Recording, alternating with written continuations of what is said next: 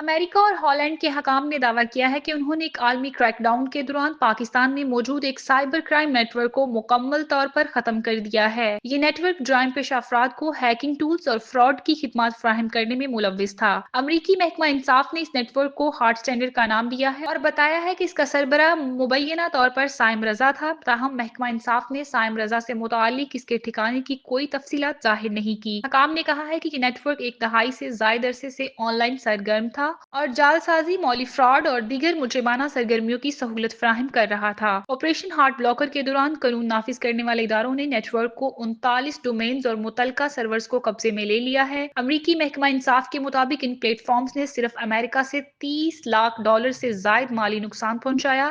امریکی اٹارنی کا کہنا تھا کہ یہ نیٹ ورک کاروباری اداروں کے ساتھ ساتھ افراد کو بھی نشانہ بناتا رہا، جس سے متاثرین کو شدید مشکلات کا سامنا کرنا پڑا۔ حکام نے مزید کہا ہے کہ نیٹ ورک کی ہارٹ اسٹینڈرڈ سروس مجرموں کو سیکیورٹی فلرٹس کو بائی پاس کرکے جعل سازی پر مبینہ ای میلز بھیجنے میں مدد کرتی تھی۔ یہ نیٹ ورک ایک غیر قانونی پلیٹ فارم کے طور پر کام کرتا رہا تھا جس نے مجرمانہ سرگرمیوں اور دھوکے دہی کے لیے ٹولز اور سافٹ ویئر فراہم کیے۔ حکام کا کہنا ہے کہ اس نیٹ ورک کو ختم کرنے سے اب دوسرے افراد کو نقصان پہنچنے کی صلاحیت پر شدید اثرات مرتب ہوں گے۔